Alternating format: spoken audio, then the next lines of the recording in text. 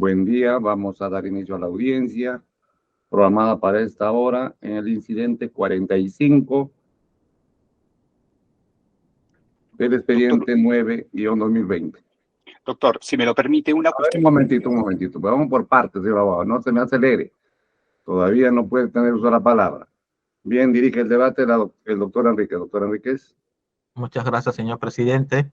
Vamos a ir por las acreditaciones. Señorita asistente de audiencia, de cuenta la concurrencia virtual de las partes procesales. Gracias, señor director del debate. Buenos días, señor presidente. Buenos días, señores jueces superiores y la parte procesales. Y con su venia, señor director del debate, doy cuenta a usted que han concurrido a esta audiencia virtual en representación del Ministerio Público la doctora Elsie Salete Garavito Chan, fiscal adjunta superior de la Fiscalía Coordinadora del Equipo Especial. En representación de la Procuraduría Pública se encuentra presente la doctora Claudia Gabriela María Pareda Cribilleros, con registro CAL 10877. En representación del señor Juan Federico Jiménez Mayor, se encuentra presente el abogado Óscar José Cuba Barrueto, con registro CAL 38827. Asimismo, también se encuentra presente su patrocinado. Esto es lo que tengo que dar cuenta a este señor director del debate. Gracias. Muchas gracias. Preguntamos si el Ministerio Público está conforme con los datos de acreditación. Buenos días, señor director de debates. Conforme. Actor civil. Buenos días con todos, conforme. La defensa. No, señor magistrado, mi número de CAL ha sido mal leído, es 34827. Bien, muchas gracias por la precisión, así se va a consignar en el acta. Bien, a ver, continuamos entonces. Antes de verificar, ¿quería agregar algo, señor abogado? Sí, señor magistrado, con su venia, una cuestión previa antes de dar inicio a la audiencia. Bien, vemos la presencia de Justicia TV y solicitamos respetuosamente a la digna sala que la audiencia pueda ser llevada de forma reservada. Esto en atención al derecho fundamental de mi patrocinado al honor y buena reputación. Mi patrocinado durante toda su trayectoria profesional ha sido un líder en la lucha contra la corrupción. Ha encabezado incluso misiones internacionales de lucha contra la corrupción en varios países consideramos acá está siendo indebidamente procesado por un error, mala apreciación de hechos por parte del Ministerio Público. Es un aspecto que en todo caso va a resolver la digna sala. Y en atención ya de por sí que el hecho de mantener un proceso penal a una persona causa graves daños, más aún cuando esto se hace público, afectando en gran medida no solamente el derecho fundamental al honor y buena reputación, pero además la dignidad humana. Es en ese sentido que solicitamos que la audiencia pueda ser llevada a cabo de forma reservada. Señor abogado, y dígame, ¿cómo garantizamos la publicidad de la audiencia que estamos ahora? Normalmente era presencial y el día de hoy la hacemos en forma virtual. La audiencia podría haber sido pública, digamos, pero no tendría la cobertura, la magnitud que lleva en lo que respecta a Justicia TV y esta difusión. No estamos rechazando la posibilidad, además, la facultad que tiene el Ministerio Público de investigar, sancionar, ni tampoco restringir la publicidad. Hay determinadas audiencias que son llevadas a cabo en forma reservada en atención a bienes jurídicos. Las audiencias, por ejemplo, en los casos de delitos contra el honor. Además, las resoluciones se hacen públicas. La resolución va a ser pública. Sí, señor. También existe un mandato de que todas las audiencias referidas a funcionarios públicos sean llevadas con publicidad y no de forma reservada. Ahora, ¿cómo compatibilizamos esta disposición, el nuevo código, con su pedido? Sí, es una cuestión, la audiencia podría, nuevamente nos referimos a que la audiencia podría ser llevada a cabo de forma pública, sin embargo, la magnitud que tiene, esa publicidad no implica que la audiencia llegue a ser televisada. Justicia TV es un medio de comunicación que tiene mucho más alcance. No encontramos, con lo cual la posibilidad, además de implicar un menoscabo al derecho al honor y buena reputación de mi patrocinado, se magnifica de esa forma. Si la audiencia hubiese sido pública, digamos, de forma presencial, no nos hubiésemos oponido y hubiésemos asistido y no haríamos, en todo caso, este pedido. Pero el hecho que sea pública no implica que tenga que ser televisada. No todas las audiencias son televisadas. Y siguiendo con su lógica, si la hacemos en forma presencial, hacemos pública y vienen los canales de televisión, e ingresan con sus cámaras.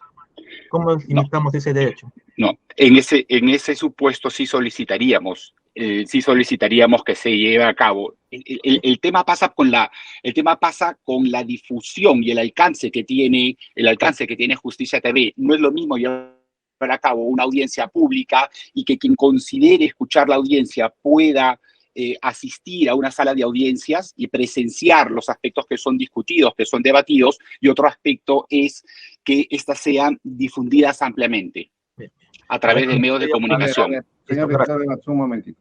A ver, abogado, pero hasta ahora no nos dice cuál es el respaldo jurídico que invoca, porque usted está invocando el honor, el patrocinado, pero eso no es sustento. Sí es sustento, señor magistrado, si me lo permite. ¿Qué norma jurídica habilita su posición? Los derechos fundamentales tienen eficacia directa. No lo señalo solamente yo, lo señala el propio Tribunal Constitucional, la propia Convención Americana sobre Derechos Humanos. Son mandatos erga omnes. Pero eso ya se ha ponderado, pues por eso el legislador ha decidido que todos los procesos contra funcionarios públicos o exfuncionarios públicos es público, pero no para proteger, y es reservado en algunos supuestos, pero es para proteger a la víctima, no al procesado. Por eso le pido un respaldo jurídico. A ver, de repente estamos obviando algún artículo del Código Procesal Penal, porque usted sabe que hay una ley de acceso a la justicia, incluso, de acceso a la información, diré. Sí, no estamos restringiendo la ley de acceso a la información y la publicidad. En todo caso, es un tema de ponderación, señor magistrado. La sala está en la posibilidad de la resolución que pueda ser emitida va a ser de conocimiento público. No estamos solicitando que la resolución sea de carácter reservado. Lo que señalamos es que no sea difundido por un medio de comunicación. Es lo único que pedimos y nuevamente no se puede señalar que no tiene sustento legal porque los derechos fundamentales son piedra angular del ordenamiento jurídico y tienen una posición preferente sobre cualquier norma de tipo procesal. Y existe la obligación por el artículo 44 de la Constitución que establece el deber primordial del Estado de garantizar la plena vigencia de los derechos humanos, y pueden ceder, y las normas procesales ceden ante los derechos fundamentales. Bueno, no me ha respondido el respaldo jurídico. Prosiga, señor director de debates. Doctora Magallanes, ¿alguna acotación? Sí, también quería preguntarle al abogado, es cierto que hay una norma expresa, ¿no?, sobre el caso de funcionarios públicos. La norma también exige mayor carga argumentativa para decidir al respecto. Y luego usted ha dicho que se haga una ponderación. ¿Entre qué principios haríamos esa ponderación? Sí, entre el derecho al honor y buena reputación por el impacto, el daño que puede generar. Pero ¿frente a qué principio? La publicidad, doctora.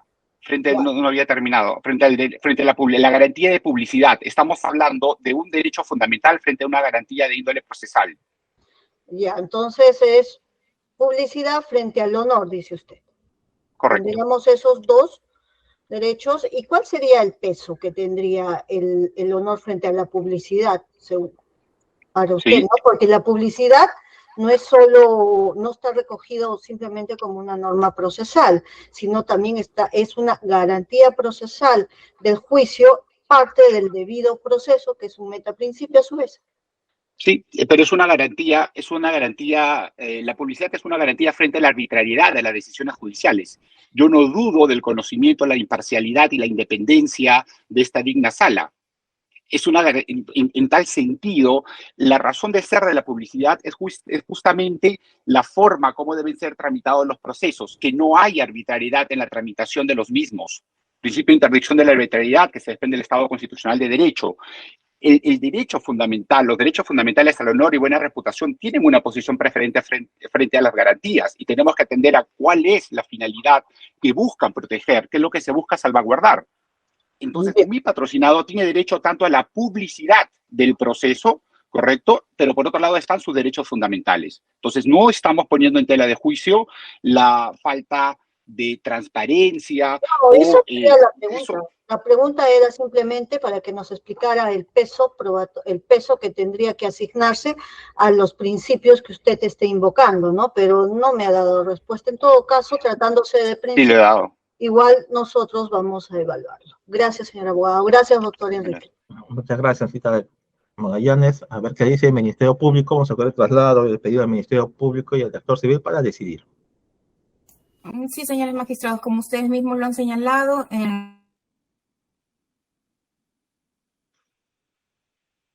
Hoy, la señal de Ministerio Público está baja. A ver, comuníquese, por favor. Sí, doctor. Por eso es necesario hacer las audiencias presenciales y ya el Poder Judicial está sí, trabajando. doctor, Como presencial. yo los escucho. Lo que pasa es que cuando la cámara empieza a parpadear, cambio de USB y ya empieza el sonido. No se preocupen, más bien disculpen por las... No le escuchamos, doctora. Quería recomendarle que también esté con un equipo celular al costado para que también pueda mantener todo el obtener la información de forma continua y no estar con este problema de desconexión.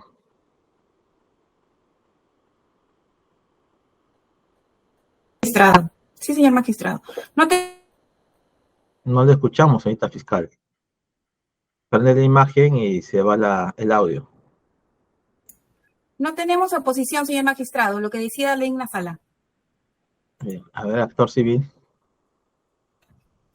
Sí, bueno, si bien es cierto, Procuraduría no tiene ninguna oposición respecto a que no se ha emitido a través de manera televisiva la presente audiencia. Sin embargo, como ya lo ha señalado el colegiado, existen audiencias reservadas que no se publican ni en el sector público debido a que se protege la dignidad de la víctima. Sin embargo, en este caso, creo que el abogado no ha sustentado debidamente cuál es el fundamento jurídico para que no sea pública esta audiencia para proteger la dignidad, ¿no?, de su defendido. En ese sentido, sin embargo, esta Procuraduría no tiene ninguna oposición al pedido de la... Entonces, ¿están conformes de que podamos desconectar a Justicia TV, tanto el Ministerio Público como actor civil? Creo que queda criterio, ¿no?, de la sala. Sin embargo, también consideramos que no ha fundamentado debidamente. Ok, muchas gracias. Vamos a hacer un receso para resolver esta incidencia. Bueno, vamos a reanudar la audiencia. Vamos a emitir la resolución número 5, Lima, 20 de junio del año 2023, oídos el pedido de la defensa del señor Juan Jiménez a efectos de que no se transmita vía Justicia TV la presente audiencia y cuando informado por los señores representantes del Ministerio Público y del actor civil.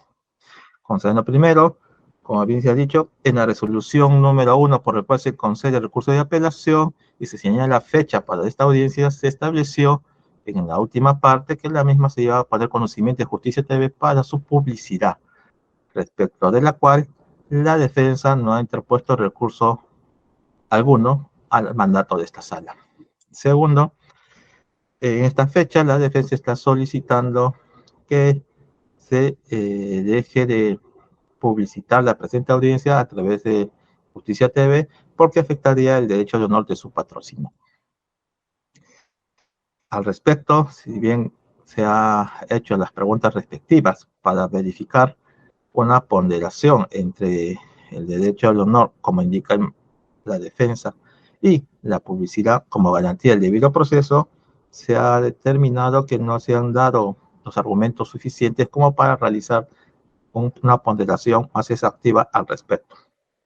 Tercero, asimismo, tenemos una norma en el Código Procesal Penal que establece que las audiencias de juicio oral contra los funcionarios públicos deben ser siempre de forma pública y no en forma reservada, tal y conforme lo señala el artículo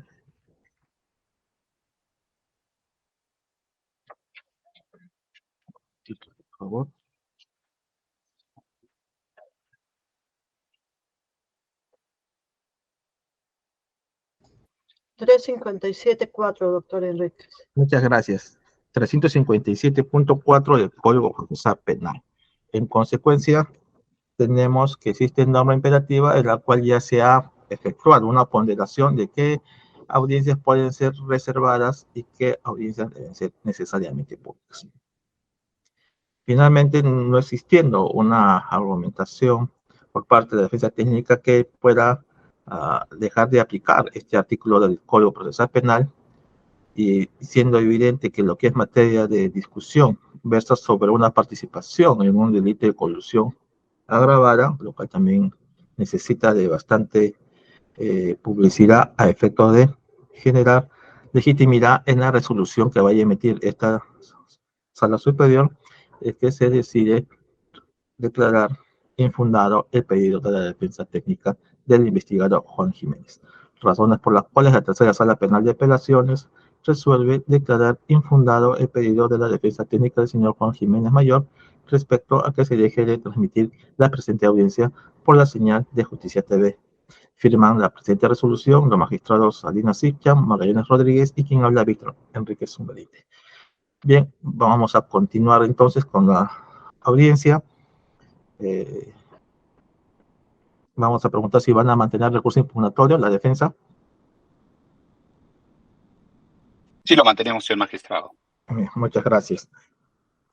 La resolución en materia de impugnación es la resolución número 10 de fecha 16 de noviembre de 2022, en las cuales resolvió dos excepciones. La primera declaró infundada la excepción de improcedencia de acción respecto al delito de organización criminal e improcedente a la excepción de prescripción de la acción penal por el delito de negociación incompatible, aprovechamiento indebido del cargo y contra la paz pública, asociación lista para delinquir. Bien, entiendo que hay un error, que eso debía haber sido colusión, porque el fundamento octavo se pronuncia por el delito de colusión. En contra la resolución, materia antes aludida, se ha interpuesto recurso de apelación, estableciendo como agravios la vulneración del derecho a tutela jurisdiccional efectiva y obtener una resolución fundada en derecho. En ese sentido, previamente a los alegatos que va a dictar o va a realizar la defensa del señor Jiménez Mayor, vamos a escuchar a la señorita representante del Ministerio Público que nos informe cuáles son las premisas fácticas que han generado la imputación contra el señor Jiménez Mayor. Para eso va a tener 3 minutos. Claro que sí, señor director de debates. El Ministerio Público le imputa al señor Juan Federico Jiménez Mayor el delito de colusión agravada en la disposición 55 de acumulación, ampliación e incorporación de nuestra formalización de investigación preparatoria de fecha 20 de octubre del año 2021, en concordancia con la disposición fiscal 78 de fecha 24 de mayo del año 2023.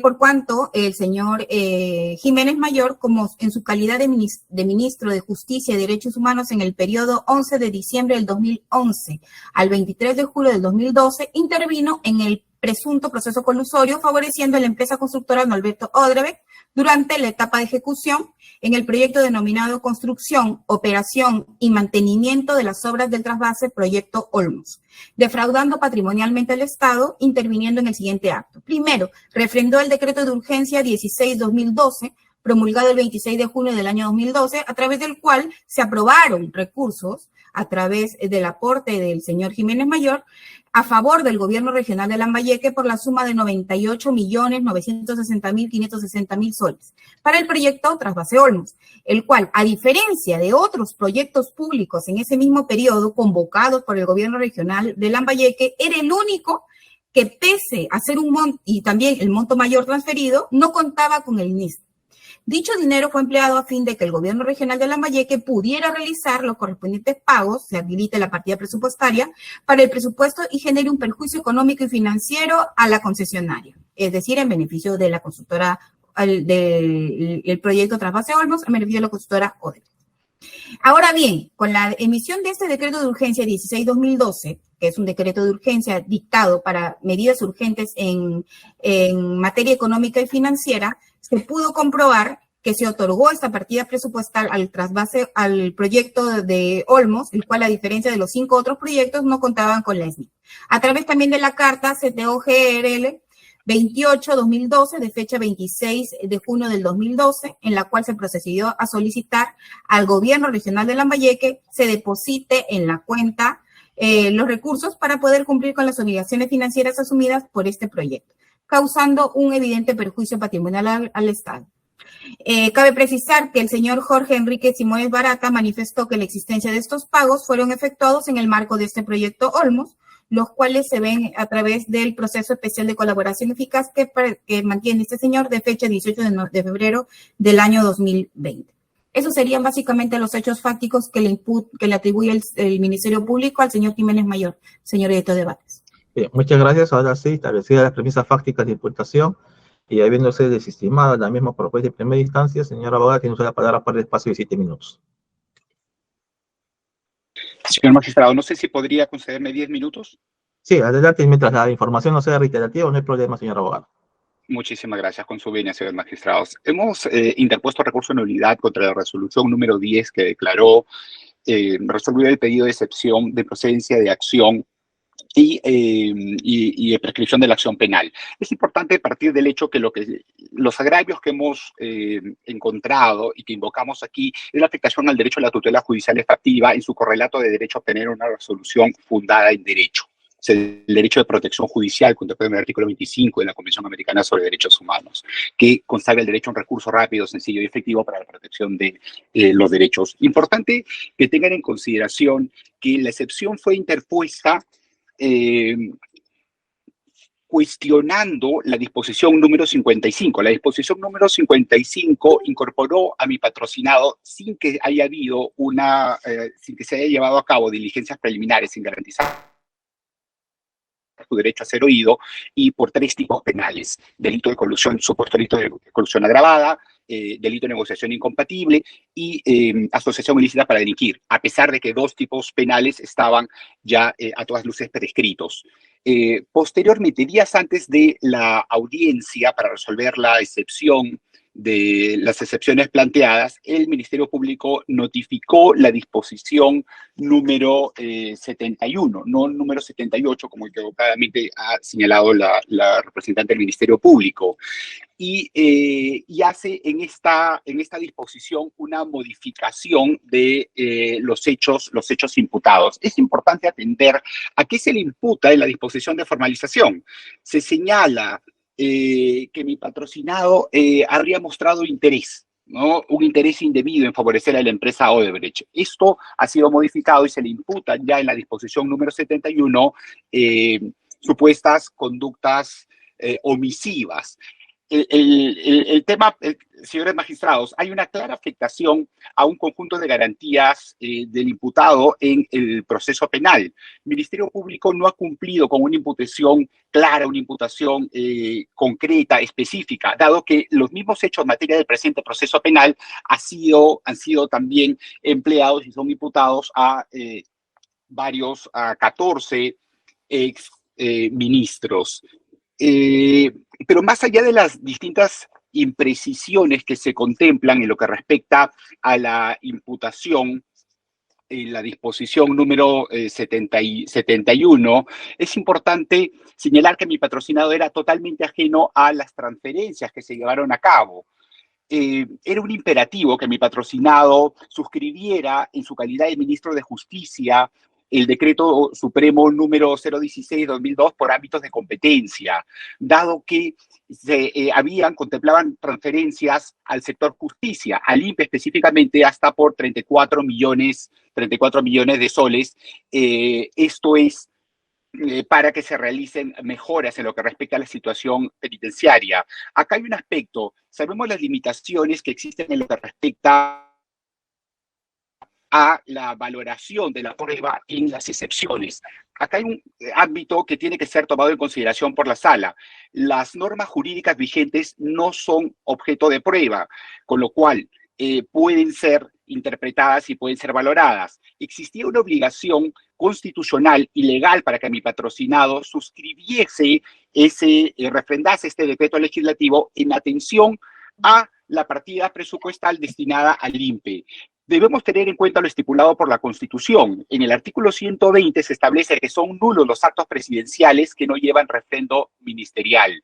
Es competencia, además del presidente de la República, el emitir medidas extraordinarias de carácter económico, financiera, y tiene que llevar el refrendo de los ministros para su validez. Pero la norma que debe ser tomada en consideración asimismo a efectos de poder resolver este medio de defensa técnico es el artículo 11.2, el 11.2 de la ley 29.158. Disculpe que le corte, pero ya estamos 5 minutos y aún no se ha pronunciado respecto a cuáles son los argumentos del juez de primera instancia o la magistrada de primera instancia que serían errados, ¿no? Para su posición, porque no estamos revisando las disposiciones fiscales, lo que estamos revisando en segunda instancia es la resolución del juez que emitió respecto a su pedido.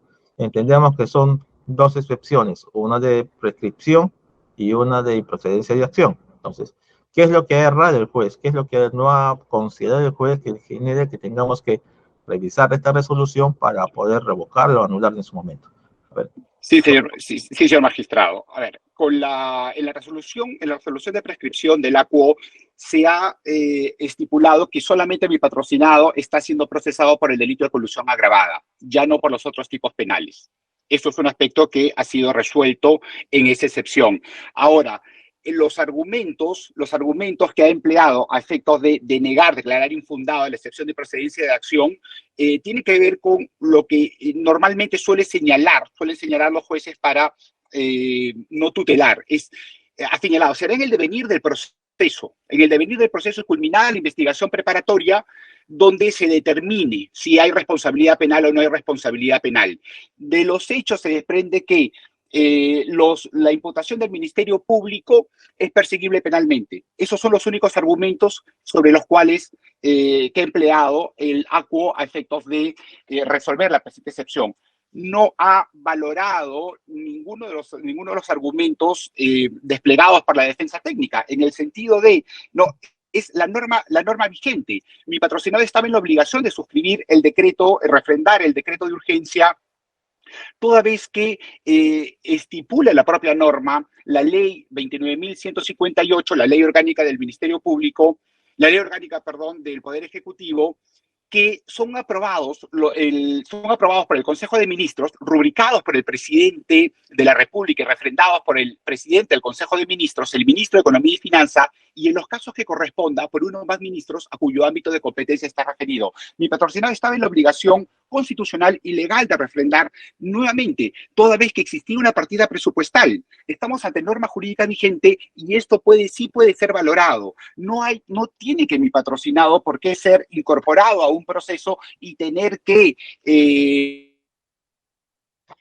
conllevar esto hasta un juicio oral para que esto pueda ser analizado. Otro aspecto que es importante, que no ha sido tomado en consideración aquí, es que estamos ante un caso de atipicidad absoluta.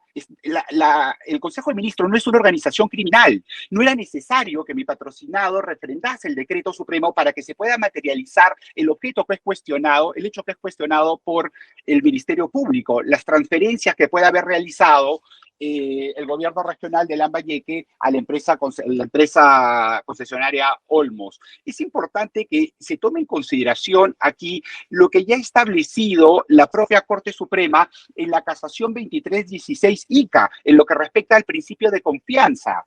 Está plenamente acreditado que la tramitación para la expedición de un decreto de urgencia, como el que es materia del presente proceso, conlleva una serie de procedimientos para su elaboración y de participación de decenas y hasta más de 100 funcionarios. Estamos hablando de Consejo de Coordinación Viceministerial, distintas direcciones del Ministerio de Economía y Finanza, además de la participación de distintas dependencias.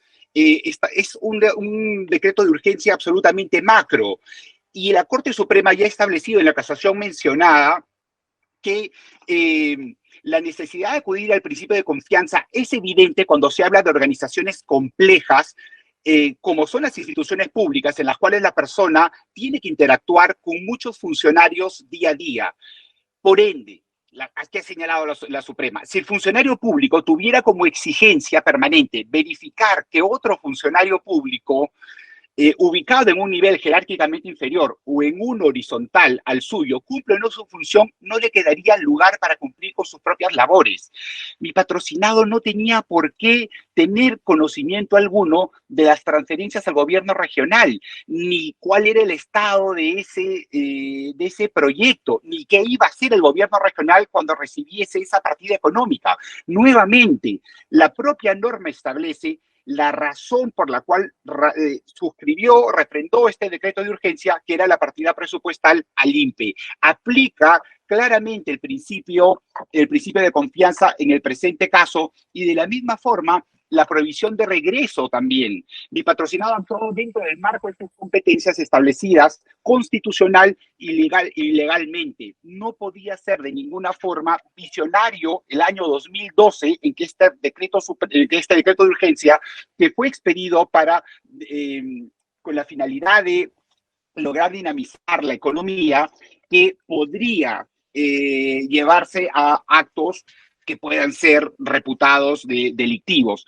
Y en cuanto a que habría sido exonerado del SNIP, acá hay una mala interpretación de la propia norma realizada por el Ministerio Público. Nuevamente, la norma legal vigente no es objeto de prueba, con lo cual puede ser valorado plenamente por la digna sala. Acá se hace referencia al artículo 3 en lo que respecta a medidas para dinamizar la ejecución de proyectos de inversión pública, nuevos proyectos que reúnan dos condiciones: tengan aprobación del SNIP y su valor no supere los 15 millones de soles. Y claramente la propia norma establece este tope. Tratándose de la transferencia que es imputada por el representante del Ministerio Público, esto corresponde a un proyecto que supera ampliamente ese techo de los 15 millones. Entonces, esta norma no era aplicable el SNIP para este caso, y ya había sido exonerado años atrás, el año 2003. La transferencia que se llevó a cabo se realizó conjuntamente con otras medidas. Disculpe que le corte, ¿no? Pero sí, vayamos al caso concreto. En la resolución, sí, ¿se ha hablado o se ha pronunciado el juez sobre el principio de confianza? ¿Se ha pronunciado el juez sobre esta situación de que no corresponde aplicar el SNIP por lo que usted está indicando? ¿Esos han sido argumentos que se han debatido en primera instancia o son argumentos que usted trae el día de hoy para esta audiencia? No, señor magistrado, lo único señalado por la sala, por el ACUO, es el argumento que he citado, en el sentido que los hechos imputados por representante del Ministerio Público son perseguibles penalmente. Es lo único que han señalado. Es lo único que toman en cuenta para denegar y no resolver, y que va a ser en el devenir del proceso penal. Esto es un ámbito, doctor, si me permite, que puede ser resuelto. No hay valoración probatoria aquí. No estamos solicitando valoración de elementos de convicción. Estamos solicitando la propia revisión del propio decreto de urgencia y de las normas jurídicas vigentes. Esas normas jurídicas vigentes pueden ser valoradas por ustedes a efectos de resolver. ¿Cuál es el nivel de diligencia que se le pide a una persona, a un funcionario público? Estamos hablando aquí que para que pueda haber sido expedido este decreto de urgencia, ha pasado por decenas y decenas de direcciones hasta llegar al Consejo de Ministros. Se está procesando penalmente. No negamos la competencia legal y la obligación, además, legal, constitucional y convencional del Ministerio Público de investigar los actos de corrupción, pero no puede procesarse a cualquier persona sin un mínimo de indicios. No hay ningún elemento, además, no hay una base probatoria ni siquiera indiciaria para poder imputar estos hechos. Se señala que habría omitido realizar indagaciones, las políticas sectoriales, hablamos de gobierno regional de Lambayeque, y claro, tampoco se señala cuál es la infracción al deber. El delito que se le imputa, colusión agravada, contempla infracción al deber y un acuerdo colusorio para defraudar al Estado. ¿Dónde radica el acuerdo colusorio? ¿Cuál es el elemento de convicción? Porque mi patrocinado no está siendo investigado ahora, ya está procesado. ya está procesado sin haberse garantizado diligencias preliminares, sin haber llevado a cabo. Y se ha presentado un conjunto de elementos de convicción. Antes de presentar incluso antes de deducir la excepción de procedencia de acción, se conversó con el representante del Ministerio Público, se presentó toda la información para que tenga conocimiento de los hechos y sobre todo de cómo se elabora técnicamente un decreto de urgencia, siguiendo toda la normativa y todos los lineamientos. Sin perjuicio de ello, lo que se ha conseguido es que se desista una ilegalidad con respecto al delito de supuesto favorecimiento, supuesto interés indebido y el delito, ¿no? Y ha señalado con respecto a asociación ilícita para delinquir, porque estamos hablando de un solo hecho, bueno, que está invocando el aspecto procesal de la norma, para continuar la investigación preparatoria por 36 meses. No estaba vigente la ley, no estaba vigente la normativa invocada por el Ministerio Público al momento de formalización, ¿no? De dos tipos penales, sin embargo, se hizo, ¿no? Hay una serie de afectaciones, pero solicitamos a la sala que tome en consideración el propio decreto de urgencia, señalamos, establece la partida presupuestal. La propia ley orgánica del Poder Ejecutivo establece la obligación de refrendar. Ya está reiterando la información. ¿Algo más que agregar para culminar, señor abogado? Porque ya es información reiterativa. Finalmente, para concluir, que la propia disposición, el propio decreto de urgencia establece que el SNIP no era aplicable, ¿no? Y simplemente por el tema de montos y ya había sido exonerado, con lo cual la imputación cae por sí sola simplemente con una lectura del artículo 3.2 del decreto de urgencia materia del presente proceso, el 016 de 2022. Por estas consideraciones, señores magistrados, atendiendo a que en un proceso penal garantista es necesario buscar el equilibrio entre los dos grandes intereses, el interés del Ministerio Público, porque se haga justicia, porque prevalezca el ius puniendi del Estado, pero hay un interés privado, el interés de los imputados, en que haya una correcta administración de justicia, en que no se vulneren sus derechos fundamentales, en que no se mantenga procesada una persona de forma en base a acusaciones gaseosas, infundadas. Solicitamos haya una revisión de la normatividad y pueda, aplicable al caso y mencionada en el recurso de apelación, y se revoque la resolución número 10 declarando fundada la excepción de procedencia de acción. Eso es todo, señor magistrado. ¿Y sobre la prescripción se va a pronunciar o solamente sobre la excepción y procedencia? El único la resolución en materia de impugnación ha estipulado que solamente mi patrocinado está procesado por el delito de colusión. La negociación incompatible, supuesta negociación incompatible, ya habría prescrito. Y la propia representante del Ministerio Público en la audiencia además lo señaló. Y en el caso de asociación ilícita para delinquir, también habría prescrito, pero señaló que habían invocado para la continuación del proceso, ¿no?, el ámbito procesal de la normativa de organización criminal, con lo cual el único tipo penal es el delito de colusión agravada. A ver. Ahora sí escuchemos al Ministerio Público. Tiene usted la palabra por espacio de 10 minutos. Muy amable, señor director de debates. En esta oportunidad, esta Fiscalía Superior solicita a la sala se confirme la resolución judicial número 10 de fecha 16 de noviembre del año 2022, que en su oportunidad declaró infundada la excepción de procedencia de acción y improcedente la acción de prescripción deducida por la defensa. Señores magistrados, este tema no es nuevo para ustedes ni para la Fiscalía Superior. Ya se ha debatido hasta la saciedad la procedencia, la naturaleza de la medida técnica de una improcedencia de acción. Tal como señala la norma, solamente procede una improcedencia de acción cuando el hecho no es delito o no es justiciable penalmente. Incluso la señora magistrada ha señalado las casaciones que hablan sobre el tema de la improcedencia de acción en este estadio en el que nos encontramos, como es una apelación de auto. La casación 407-2015 Tacna, la casación 150-2010, la casación 382-2012 Ucayali y la sentencia casatoria 392-2018 Arequipa, que ha citado la magistrada, en la cual básicamente señala que para deducir una sección de improcedencia de acción, como ustedes tienen conocimiento, señores magistrados, se deben partir de los hechos que describe el Ministerio Público en su formalización de investigación preparatoria.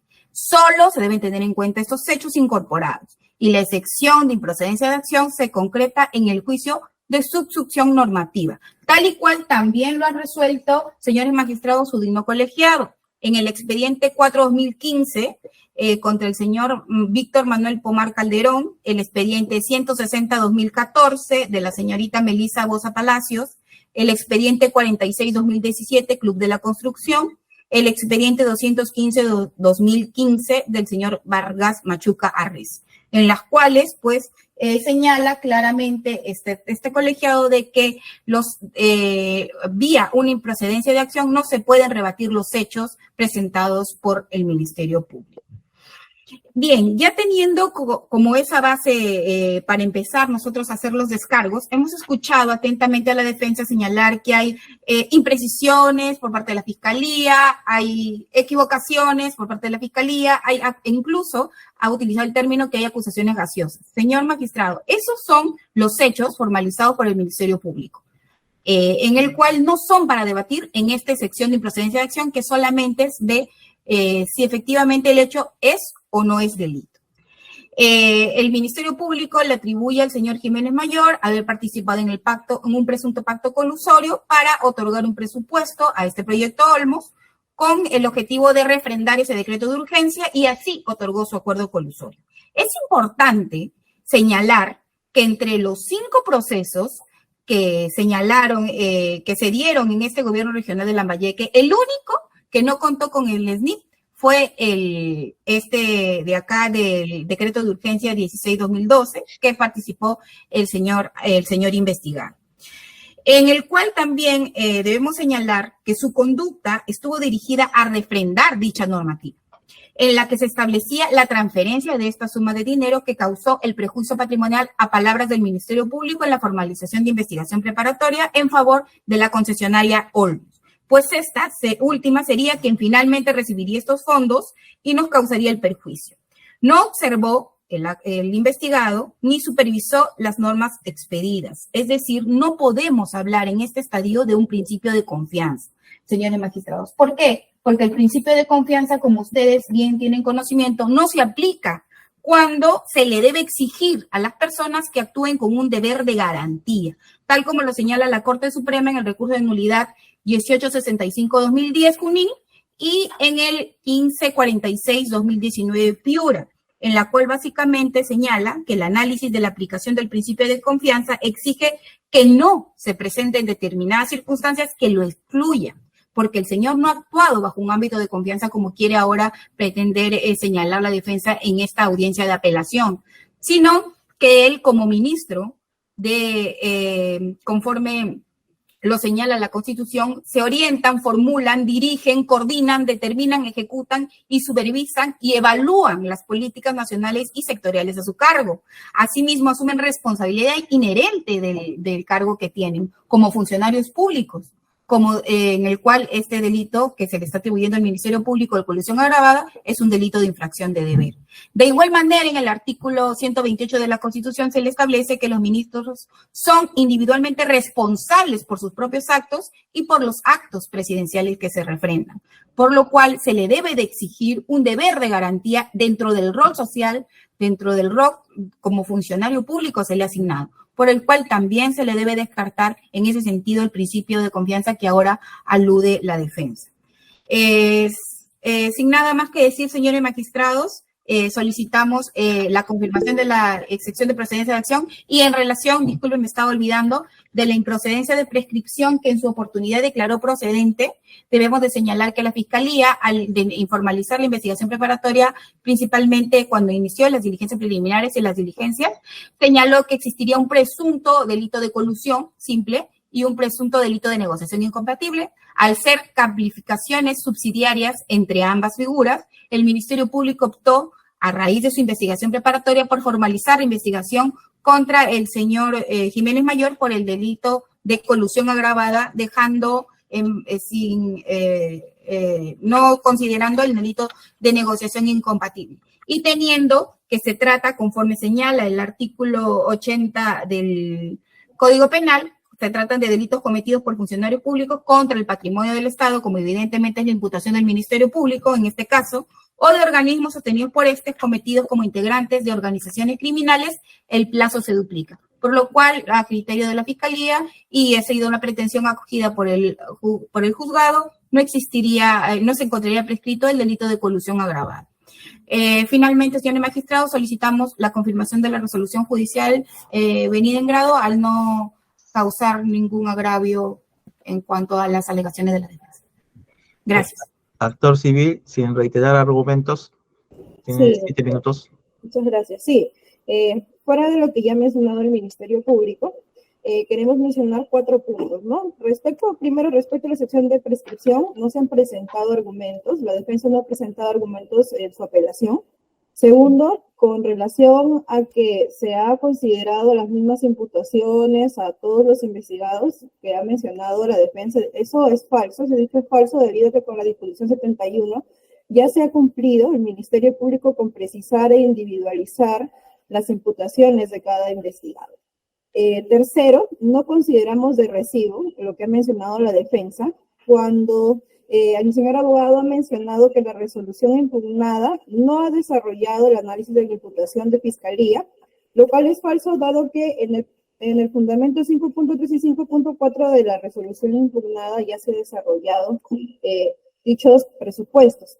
Asimismo, tras escuchar los argumentos que plantea la defensa, tenemos que en realidad lo que apunta es que se haga un nuevo análisis de fondo respecto a su participación en los hechos en materia de investigación, alegando nuevas circunstancias como el principio de confianza y la prohibición de regreso, ¿no? Pero sobre todo lo que quiere la defensa es que no se haga algún análisis fáctico, ¿no? De las circunstancias que ocurrieron para que él materialice su firma, respaldando el otorgamiento de este presupuesto al proyecto Olmos a través del decreto de urgencia, toda vez que se pretende que se analice únicamente que era una obligación, un mandato constitucional de él refrendar dicho decreto de urgencia. Sin embargo, no quiere o no pretende que se analicen las circunstancias por las cuales él refrendó dicha normativa, ¿no? Asimismo, señala que se encuentra respaldado por el principio de confianza y la prohibición de regreso, recientemente lo ha mencionado, es decir, que se encuentra bajo una conducta neutra. Sin embargo, como ya lo ha mencionado el Ministerio Público, en primer lugar, se tienen que analizar los parámetros conforme a la casación que él mismo ha mencionado, la casación 23/2016 ICA. El primero, que se tiene que determinar si sobre el sujeto existía un deber de garante, imponga la obligación de verificar el trabajo realizado por un tercero. Y en segundo lugar, es que sea evidente que los terceros carezcan de idoneidad para la realización del trabajo que se le confiaba.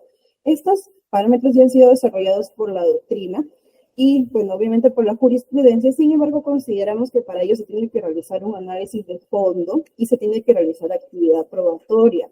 Porque, en primer lugar, como ya lo ha mencionado el Ministerio Público, presuntamente el investigado tendría un deber de garante.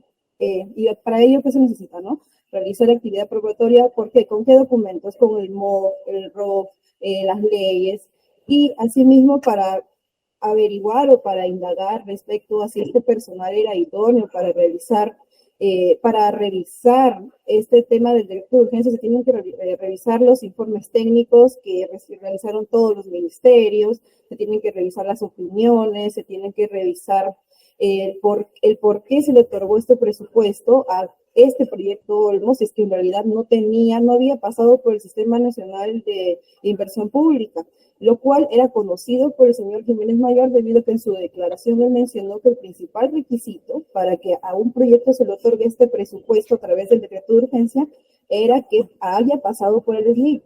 Entonces, ello requiere actividad probatoria. No es que un incidente de excepción de improcedencia de acción se pueda realizar este análisis, debido a que son cuestiones de fondo.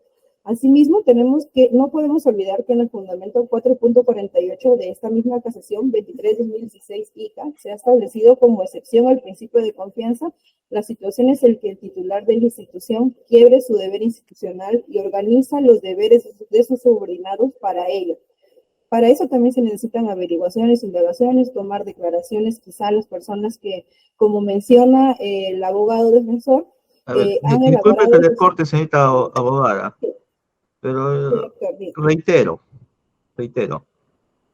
principio de confianza no ha sido propuesto en excepción, no ha sido discutido en primera instancia, y no es tampoco materia de apelación en la resolución porque no se ha pronunciado Precisamente, señor magistrado. y tampoco está consignado en el escrito de apelación el tema del principio de confianza. Tampoco el tema de la prohibición de regreso, que como sabemos también se tiene que evaluar el contexto, de la participación del investigado, así como pues... por eso hay que ordenarnos, entonces no solamente hay que responder lo que diga el abogado, sino hay que ver lo que es la resolución y cuáles son los agravios que ha traído por escrito, que se ha consignado por escrito y que se tienen que discutir el día de hoy. Si no, pues nos podemos hacer muchas discusiones que no vienen al caso. Hay que centrarnos en la resolución y en los agravios formulados por escrito. Un minuto para terminar. Sí, así es. Como usted indica, señor magistrado, el abogado actualmente nos viene a traer nuevos argumentos en los cuales que no se habían presentado en primera instancia en excepción, en los cuales se pretende realizar un nuevo análisis de fondo, lo cual no cabría pues en este incidente de apelación. Eso es todo, señor magistrado. Solicitamos se confirme la resolución número 10 que ha declarado fundada, ¿no?, la situación de improcedencia. Gracias. A ver, hay que centrar las cosas, señores abogados. Lo que es materia de apelación es la resolución. Esta resolución solamente tiene un considerando donde se ha analizado el tema. Ese considerando es el 8º. Y este considerando tiene 5 párrafos, no tiene más. Y sobre eso es lo que se tiene que discutir. Ahora, en el recurso de apelación escrito ya se han formulado cuáles son los agravios. Y sobre eso, esos agravios hay que encadenarlos con la resolución. Entonces, no se vayan por las ramas. Hay que centrarnos en este tema. Bien, señor abogado, tiene usted 4 minutos para su réplica. Muchísimas gracias, señor magistrado. Se señala que se están introduciendo argumentos acá, pero se deja de lado el señalar, al momento de interposición, nuevamente, el recurso de la excepción se hizo en base a lo estipulado en la disposición 55. 2 días antes de la audiencia se modificaron los hechos. Hubo una modificación del hecho en materia de proceso penal y ya no se señala el haberse interesado indebidamente y participar en acciones de favorecimiento a la empresa concesionaria Trasvase Olmos, sino el no haber supervisado ni evaluado las políticas nacionales y sectoriales, una conducta omisiva.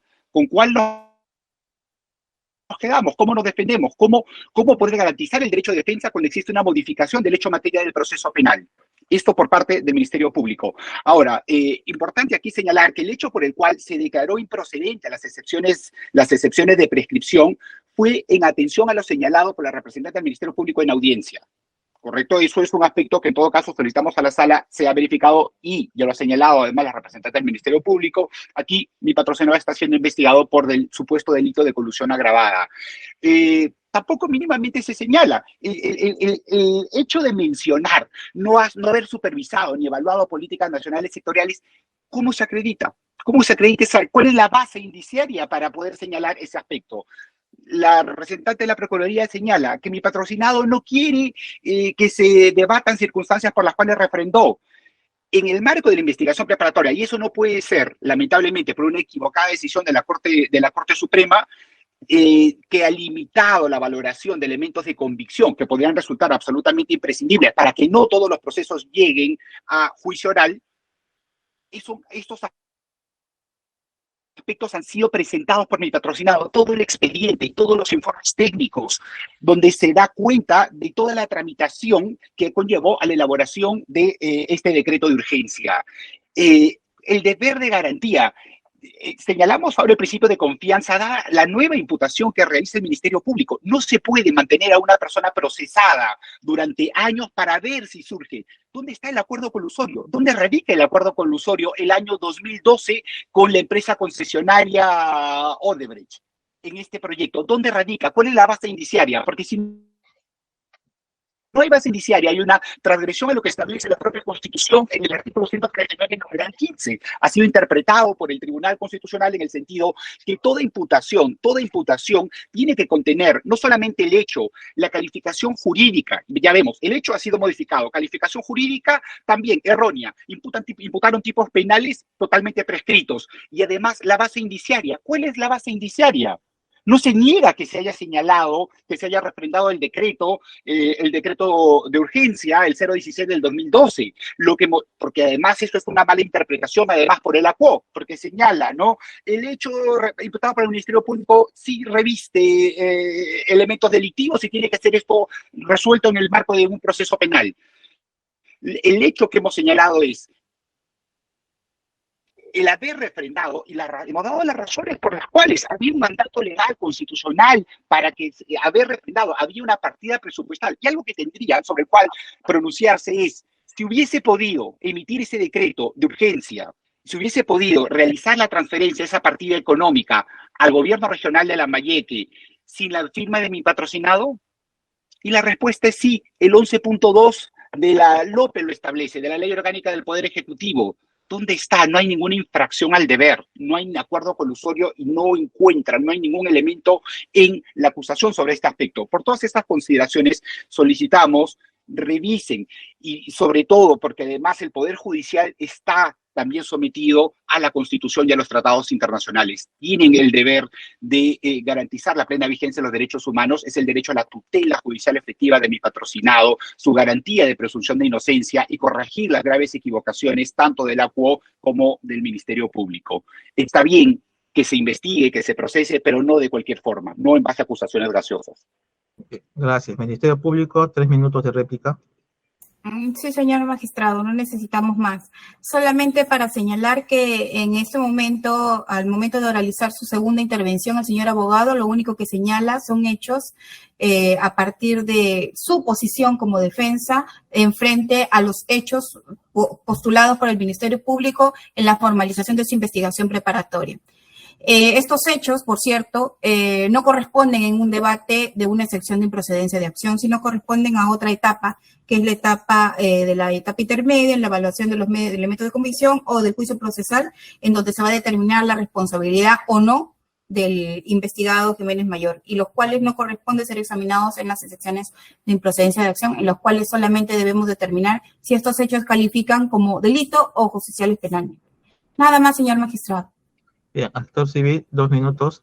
Sí, como hemos escuchado en esta segunda parte, el abogado lo que pide son indicios, ¿no es cierto? Indicios de ese pacto colusorio. Pues bien, vemos que lo que está solicitando es indicios de una actuación probatoria, lo cual, como ya mencionó el Ministerio Público, no se puede llevar a cabo un incidente de improcedencia de acción.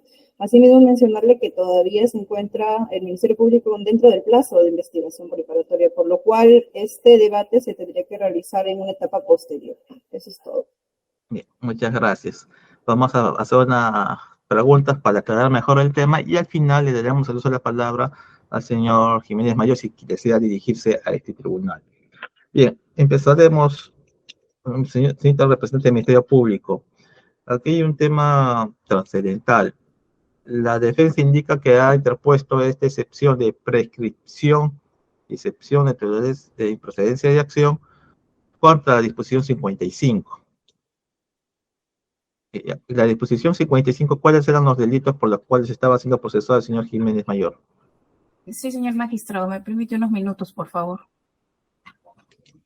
Breves.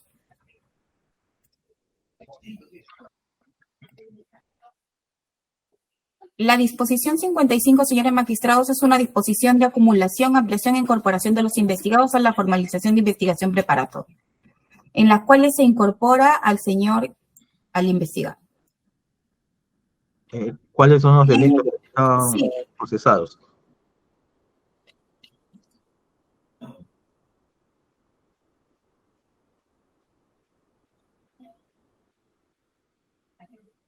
Al señor Juan Federico Jiménez Mayor por la comisión del delito contra la administración pública, colusión agravada, subsidiariamente negociación incompatible o aprovechamiento indebido del cargo y organización criminal en agravio del Estado bajo los alcances de la ley 30.077, señor magistrado. Entonces, tenía 3 imputaciones, bueno, 2, colusión agravada y subsidiariamente negociación incompatible y organización criminal. Sí, señor magistrado, 3 imputaciones.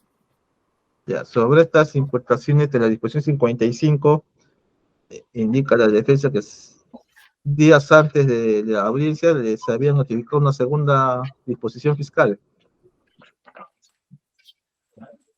Sí, señor magistrado. Así es. La 71. Sí, en las cuales... 71, ¿cuáles eran los delitos? Colusión agravada, señor magistrado. Solamente colusión. ¿Y qué pasó con organización criminal? A ver. Unos minutos, por favor. han revisado la resolución, solamente son 5 párrafos considerando octavo.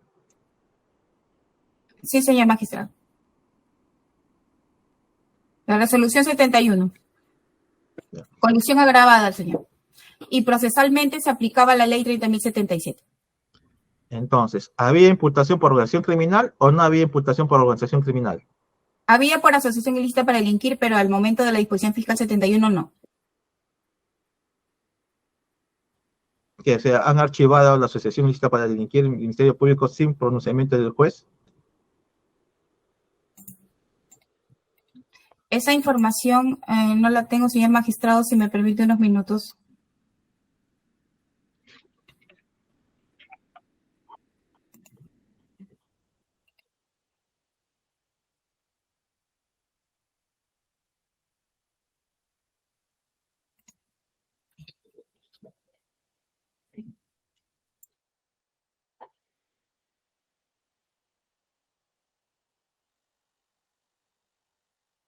Señor magistrado, me informa la fiscal a cargo del caso que solamente por colusión agravada en el marco de organización criminal. Se precisó mediante disposición fiscal 71, sin intervención del juez. Bien, pues, ahora la defensa ha interpuesto una excepción de prescripción por el delito de negociación incompatible y por el delito de asociación ilícita para delinquir. El juez no se ha pronunciado por esta excepción de prescripción porque indica la negociación incompatible ha sido recalificada como colusión agravada. Y la asociación ilícita para delinquir no está imputada porque esto es un tema, solamente se aplica para el tema de la ley 30.077, que es temas procesales, que no había imputación por asociación ilícita. Y por lo tanto, el juez dice improcedente la excepción de prescripción. Entonces, el tema está, ¿existe imputación por asociación ilícita o no existe imputación por asociación ilícita? No existe, señor magistrado. Colusión agravada, nada más tenemos nosotros, en relación a ese investigado. No. Entonces, nos centramos en la colusión agravada. Sí. Bien, esta colusión agravada, ¿con qué disposición se ha precisado que es colusión agravada? ¿Con la 55 o con la 71? La 71, señor magistrado. Ya. La defensa indica que la disposición 71 se le ha notificado 2 días antes o días antes de la audiencia. ¿Eso es cierto? Si me permite confirmarlo, señor magistrado, un minuto. Y ahora sí, mientras revisa ese tema, la defensa. Si les están variando el esquema, porque obviamente una cosa es establecer su línea de defensa en base a la disposición 55, y si le notifican la disposición 71, donde ya el Ministerio Público subsume, perfecciona, aumenta, reduce temas de imputación, ¿por qué no pidieron la suspensión para poder revisar esta disposición 71 y adecuar su pedido a la nueva imputación que ya estaban siendo materia de proceso? Señor magistrado, independientemente de la modificación del hecho, continúa igual siendo gaseoso no haber supervisado ni evaluado políticas nacionales sectoriales. Nosotros consideramos y creemos en la justicia, en una correcta administración de justicia, y que la jueza, al ver que no había elementos de corrupción que tengan que ser valorados y solamente se trataba de una interpretación normativa, iba a declararla fundada. Y además, perdón, señor abogado, lo que pasa es que tenían ustedes una pretensión de prescripción que con la recalificación pasó a ser colusión agravada. Entonces, la pretensión de prescripción de negociación incompatible, y la jueza le trae improcedente porque está recalificado. Respecto a la pretensión de prescripción de asociación ilícita, el juez le ha dicho que eso no está imputado, de que solamente se ha tomado la ley 30.077 para efectos procesales para los plazos. Entonces, sobre esa pretensión de prescripción, ¿ustedes no buscaron replantear el tema? No, porque la propia representante del Ministerio Público señaló en audiencia que ya no estaban imputados, mi patrocinado ya no está imputado, y eso fue acogido por la jueza. Eso fue acogido por la jueza. Entonces, el Ministerio Público ha hecho una variación y entendemos nosotros, lo que no ha hecho la jueza es fundamentar para declarar fundada la excepción de prescripción, señalando que ya había sido esto corregido en audiencia y a través de la disposición 71. Ya, Ese aspecto. Con los 71 se subsanaron algunas circunstancias y solamente quedó el delito de colusión agravada. Solamente, pero ese delito de colusión, señor magistrado, también estaba en la disposición 55. ¿Sí? Ahora, lo que ha variado en la disposición lo que ha habido es la modificación del hecho. ¿Por qué? En la 55 señalan haberme interesado indebidamente. Entonces iba por negociación incompatible. Haberme interesado indebidamente y participar en acciones de favorecimiento a la empresa concesionaria Trasvase Olmos.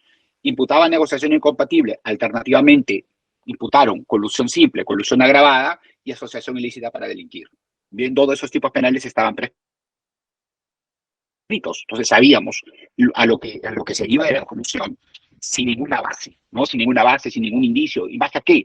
El de haber refrendado no está en discusión, eso fue público, eso fue publicado. Nosotros lo que hemos señalado es refrendado por estas circunstancias, porque es un mandato constitucional legal. Y el supuesto favorecimiento se pudo haber dado, independientemente de la participación de mi patrocinado o no. Ya bien. Claro, la imputación 55, la señorita abogada, perdón, la señorita jueza, en el punto 7.3 de la resolución, establece cuál es la imputación de la disposición 55, que es al haberse interesado porque calzaba con el verbo rector de negociación incompatible. Pero con la disposición 71 ya cambia el verbo rector, dice intervenir en el proceso colusorio favoreciendo a la empresa constructora Norberto Obregón. Ya para que pueda casar como colusión, cambian el verbo rector de intervenir a concertar, ¿no? Para que case colusión. Ahora, el tema está en esta imputación de colusión. La defensa ha interpuesto una excepción de improcedencia de acción respecto al delito de colusión, pero los argumentos que nos ha traído el día de hoy sobre temas de normativa, sobre temas de falta de elemento de convicción que sustente la imputación fiscal, que es la disposición 71, y el tema del principio de confianza, no se habían discutido en la audiencia previa, ni han sido materia tampoco de pronunciamiento por el juez de primera instancia. Entiendo que eso no ha sido materia de pronunciamiento porque no se ha discutido, no se ha propuesto como sustento de la excepción. A ver, señor abogado, ¿qué pasó? Sí, señor magistrado, con todo, usted con la experiencia que tiene, las excepciones de improcedencia de acción suelen ser resueltas tal cual. El hecho que cite casaciones, que cite jurisprudencia, que desarrolle cuáles son los elementos del tipo penal de colusión, eso no implica que la resolución esté motivada. No hay un pronunciamiento con respecto a lo que nosotros hemos invocado. Y lo que nosotros hemos invocado y que no es objeto de prueba son las razones constitucionales y legales por las cuales mi patrocinado estaba en la obligación de refrendar el decreto de urgencia. Y el hecho de cuestionar que el refrendo del decreto de urgencia no puede ser considerado un acto ilegal, no puede ser considerado un acto colusorio bajo ningún punto de vista, pero lo que señala equivocadamente la ACUO, y eso sea, hay una variación de lo que nosotros consideramos es el hecho materia del proceso penal. Porque, claro, ¿cuál es el hecho materia del proceso penal? Haberse interesado, señaló. Luego con la 71, ¿no? El haber intervenido en el proceso colusorio. Ok, la pregunta es, ¿qué hizo mi patrocinado? ¿Sí? Porque lo otro es una imputación. Lo otro está cogiendo el tipo penal, ¿correcto? Pero ¿cuál es el hecho? El haber refrendado el decreto. Ese hecho nosotros hemos sustentado que es una conducta absolutamente atípica. No puede ser el refrendar un decreto Su conexión, señor abogado, se está perdiendo. No lo escuchamos. De urgencia para una partida presupuestaria. Y eso es. Sí, eso no es que eso lo tenemos nosotros... claro, señor Badia. Ese es su argumento de defensa, pero también usted ha expresado de que en esta imputación no se han valorado elementos de convicción para generar la imputación. No hemos señalado eso, señor magistrado. Lo que hemos señalado es que toda imputación por mandato constitucional, la interpretación que ha hecho el Tribunal Constitucional, además el principio de imputación necesaria, hecho claramente preciso, tiene que haber una imputación concreta, cuál es la norma que había infringido, y hemos visto que dos normas incluso abren proceso a una persona con normas derogadas, perdón, prescritas además, en algunos de los casos estaba derogada la norma. Y tiene que haber una base indiciaria mínima. ¿Y cuál es la base indiciaria? ¿Cuál es la base indiciaria para imputarle un proceso penal? Porque es que si no se le puede imputar proceso penal a cualquier persona simplemente señalando el tipo penal. Entonces, si es que falta esa base indiciaria, hay otra institución que ve los defectos de imputación, ¿no? Que es la tutela. Y la tutela se cuestiona los defectos de imputación, como usted indica, no si falta el elemento de convicción, no hay verificación, no hay imputación concreta, etcétera, etcétera. Se va por el tema de la tutela. Ya la Corte Suprema también ha señalado, ¿no?, que los defectos de imputación no son materia de una excepción, sino de una institución distinta. Entonces, ¿cómo salvamos esto ahora, señor abogado? Señor magistrado, nuevamente nos reiteramos, conocemos eso y es uno de los aspectos que se ha considerado como el patrocinado también presentar, y en el defecto de que, digamos, si esto no llegase a ser declarado fundado, posteriormente tenemos la posibilidad de ir a través de un habeas corpus. Independientemente de ello, aquí es el considerar si el haber refrendado un decreto de urgencia y se señala allí la partida y está toda la información en una norma vigente, constituye delito o no. Eso es lo que queremos. Nosotros hemos acudido por ese aspecto, ejerciendo nuestro derecho a la tutela judicial efectiva, el derecho de defensa de mi patrocinado. 134 del numeral 14 de la Constitución, 139 numeral 3. Queremos una respuesta por parte del Poder Judicial. Queremos una respuesta por parte de la UO con respecto a ese aspecto. Entendido. Según la disposición 71, la conducta de su patrocinado no solamente es el haber refrendado este decreto de urgencia 16-2012, ¿no?, sino que también dice que no se observó ni supervisó las normativas expedidas conforme lo señala el segundo párrafo del artículo 25 de la ley 29.158, ley orgánica del Poder Ejecutivo. Entonces, hablan también de una omisión por parte de su patrocinador. No solamente es el tema activo de firmar, sino también de omitir sus funciones conforme a este artículo. Nuevamente, ante esa modificación del hecho en materia de proceso penal, es que se invocó el principio de confianza. Porque el deber de cuidado que tiene mi patrocinado como ministro de Justicia y Derechos Humanos, medidas contracíclicas, porque no se trata de una partida presupuestal para el gobierno regional, eran cientos de partidas económicas, está la norma, se tiene que revisar.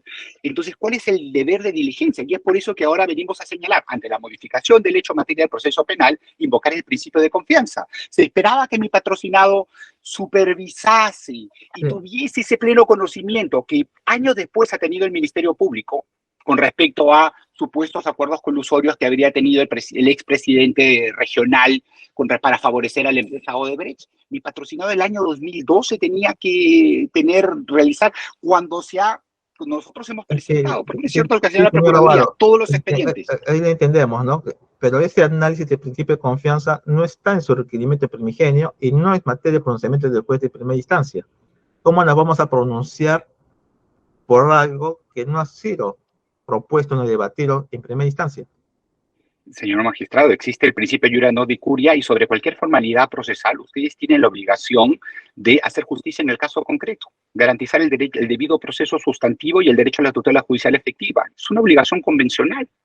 No tiene que tener usted una norma específica que le permita hacer justicia en el caso concreto y que aplicar. Por eso yo le señalo, ante una modificación del hecho en materia del proceso penal, yo me he visto en la obligación de presentar y de argumentar este aspecto. Porque en principio, ¿no?, nosotros teníamos una imputación y vemos cómo ha variado. Ustedes están presenciando cómo ha variado esa imputación. Gracias, señor abogado. Ya nos respondió. A ver, Ministerio Público, a las preguntas y respuestas dadas, ¿qué nos tiene que decir? Sí, señor magistrado. Bueno, ya hemos escuchado y coincidimos con lo señalado por su dirección de debates en el sentido de que existen otras vías para cuestionar la imputación formal del Ministerio Público. Le guste o no le guste la defensa, la imputación el día de hoy, 20 de junio del 2023, contra el señor Jiménez Mayor está detallada en nuestra disposición fiscal 71, la cual también ha sido acogida por la señora jueza de primera instancia. A ver, señorita fiscal, aquí tenemos una mala praxis por el Ministerio Público.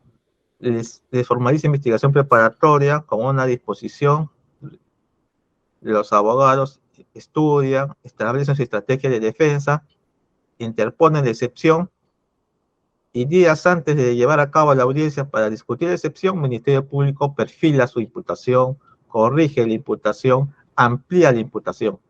Y esta ampliación de imputación obviamente los deja un poco indefensos para la discusión de la audiencia, ¿no? Porque obviamente el marco de imputación ha variado, como dice la defensa, ya varió el hecho, no solamente la firma ni interesarse, sino era coludirse y aparte omitir algunas funciones. Entonces ya han aumentado hechos que no ha podido defenderse la defensa en esta audiencia, en la audiencia de primera instancia, lo que ha generado que la jueza emita la resolución y que ahora en segunda instancia sí promueva el tema, ¿no?, del principio de confianza, ¿no?, porque obviamente le están imputando a que omitió, y la respuesta a esa omisión es haber actuado en principio de confianza. Y todo esto generó, estemos en este momento en esta audiencia, pero que el Ministerio Público en su momento no realizó esta corrección de imputación en su momento adecuado y que esperaron el día de la audiencia para hacerlo. Entonces, estamos trabajando bajo situaciones que están cambiando momentos antes de llevar a cabo la audiencia y que están perjudicando bastante en la administración de justicia, porque la respuesta del juez es una, a un momento dado, la situación de las defensas es en base a la formalización que se inicia y con las cuales hacen sus defensas previas y excepciones, y luego todo esto se modifica con una disposición fiscal que adecua mejor los hechos, amplía las imputaciones, corrige temas de imputación, y entonces ya la audiencia queda un poco desfasada. Así que, señorita fiscal, ¿cómo solucionamos este desfase entre la imputación, la disposición 71, que cambia la imputación, porque le ha cambiado, le han puesto un verbo rector distinto, ha precisado una omisión que no estaba en la imputación de negociación incompatible, y la audiencia que se llevó a cabo en ese momento, ¿no?, con las imputaciones que la defensa conocía al momento en que se llevó a cabo la audiencia? Señor magistrado, los fácticos están. El Ministerio Público, en su base, en su prerrogativa como titular de la acción penal, tiene la facultad de adecuar los hechos conforme a nuestra teoría y nuestra imputación del caso. Incluso se le notificó al señor abogado esta disposición 71, en la cual lo que hicimos fue un recuento de la temporalidad y de la aplicación de la ley en el tiempo del delito de colusión agravada en sus diferencias modificatorias, ¿no? Y básicamente esa es la postura de la Fiscalía Superior al momento de presentarnos en esta audiencia de apelación. Ese fue el proceder de la Fiscalía Supraprovincial. Bien. Bueno, a ver, actor civil, ¿algo que agregar? Sí, señor magistrado, nada más agregar que la disposición 71 es de fecha 6 de octubre del 2022, mientras que la audiencia se llevó a cabo 2 semanas después. Bueno, la audiencia de primera instancia, el 22 de octubre del 2022. En todo caso, bueno, yo conforme a lo que he ido escuchando, he revisado la notificación que se ha realizado a Procuraduría, se notificó el 10 de octubre, es decir, no fue notificado 3 días antes, ¿no?, como tal vez mencionado. Ok, muchas gracias, señorita abogada. De mi parte no tengo más preguntas. Señor presidente, ¿alguna pregunta adicional o aclaratoria? Ninguna pregunta. Muchas gracias. Doctora Magallanes, ¿alguna pregunta adicional o aclaratoria? Ninguna, doctor Enríquez, gracias. Muchas gracias. A ver, vamos a preguntar al señor Jiménez Mayor si se va a dirigir a este tribunal. Sí, señor magistrado. Quisiera señalar lo siguiente. Yo quisiera que, desde el punto de vista de la imputación que estamos cuestionando en esta excepción, se pueda tener en cuenta los procedimientos que tiene el Poder Ejecutivo para la emisión de normas legales. Porque el ámbito de aplicación, precisamente de la imputación, está en atención al desconocimiento de cómo se elaboran las normas en el Poder Ejecutivo. Para que una norma, un decreto de urgencia en este caso, pueda llegar al Consejo de Ministros, pasa por un robusto proceso de formación. Concretamente, en el caso del decreto de urgencia 016-2012, que es el hecho colusorio, según la tesis de la Fiscalía, pasó por 7 informes del Ministerio de Economía y Finanzas, incluido el órgano rector del presupuesto público, que es la Dirección General de Presupuesto. pasó por el Consejo de Coordinación Viceministerial, que conforman 38 viceministros. Y por supuesto pasó por el Consejo de Ministros en una sesión que duró cerca de 9 horas, donde no solamente se vio este tema, sino otros que formaron parte de las decisiones que tomó el gobierno en ese momento. ¿Qué quiero decir con esto? Que la elaboración de normas no puede ser una actividad criminal. Y la elaboración de normas en el país es un acto y es una potestad, en este caso del Poder Ejecutivo, para expedir normas de rango legal en materia económico-financiera. Lo segundo que quiero decir en relación a la imputación, que tiene que ver con el marco normativo y la subsunción que está planteando el Ministerio Público en este caso, es que esta fue una norma que no tiene nombre propio. Aquí no hubo una colusión de 14 ministros, fíjense ustedes que son los que firman, 14 ministros de Estado que firman este decreto de urgencia, que se hizo para establecer una serie de transferencias financieras a ministerios, organismos descentralizados, poderes públicos y, por supuesto, también gobiernos regionales y municipales. ¿Por qué firmó el ministro de Justicia, Juan Jiménez, en ese momento? Porque existió una transferencia concreta al INPE, al Instituto Nacional Penitenciario. En febrero del 2012, señores magistrados, se produjo una fuga de presos de Chayapalca. 17 presos de alta peligrosidad fugaron del penal.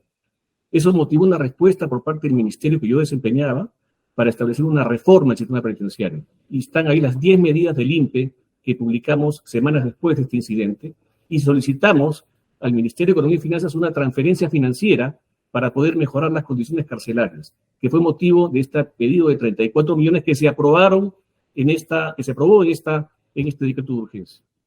Según la ley del Poder Ejecutivo, y esto es muy importante tener en cuenta, según la ley del Poder Ejecutivo, los funcionarios o los ministros que refrendan un decreto de urgencia es el presidente del Consejo de Ministros y el ministro de Economía y Finanzas. Y la ley dice, y podrán firmar otros ministros en la medida que tengan algún tema sectorial. El ministro de Justicia y Derechos Humanos no firmó una transferencia financiera para el gobierno regional de Lambayeque. Participó en ese decreto de urgencia porque había una transferencia al INPE, como lo hizo Carolina Trivelli del MIDIS, como lo hizo Alberto Tejada del Ministerio de Salud, como lo hizo la ministra de la Mujer, Ana Jara. Es decir, ministros que no teníamos nada que ver con el tema de transferencias financieras a gobiernos regionales, firmamos porque tenemos temas sectoriales, y eso estaba habilitado por la ley del Poder Ejecutivo. Hay una confusión en el Ministerio Público al haber hecho la imputación y establecer la subsunción normativa, digamos, de un hecho criminal al Consejo de Ministros por este decreto de urgencia. El único hecho que exhibe el Ministerio Público es la firma de este decreto de urgencia. No hay más, porque no hubo ninguna otra actividad realizada en relación a este decreto de urgencia, que es lo que hoy día nos motiva a esta excepción. Y ojalá y estimo que ustedes, con la sabiduría que tienen, podrán atender precisamente y verificar que realmente no es posible, a partir de la firma de un decreto de urgencia, establecer una tesis criminal como la que está planteando el Ministerio Público, que es realmente un despropósito y que afecta competencias constitucionales del Poder Ejecutivo. Muchas gracias, señor magistrado, señora magistrada. Muchas gracias por la información y la pregunta que hay de Maduro, señorita representante del Ministerio Público, aunque ya hemos terminado, pero de esos 14 ministros que indica, señor Mayorga, que han firmado este decreto de urgencia, ¿cuántos están procesados? Los 14 están investigados, señor magistrado. Okay. Si me permite, señor magistrado, con la misma imputación, he sido un corte y pega del Ministerio Público. Corte y pega. Bien, todos igualito. Vamos a verificar eso, señor. Sí, señor. Entonces, de esta forma hemos concluido la audiencia, la sala pasa a deliberar y la resolución será emitida en el plazo correspondiente y notificada en sus casillas electrónicas. Señor presidente, hemos concluido por el día de hoy. Bien, hemos concluido. Buenas tardes. Buenas tardes.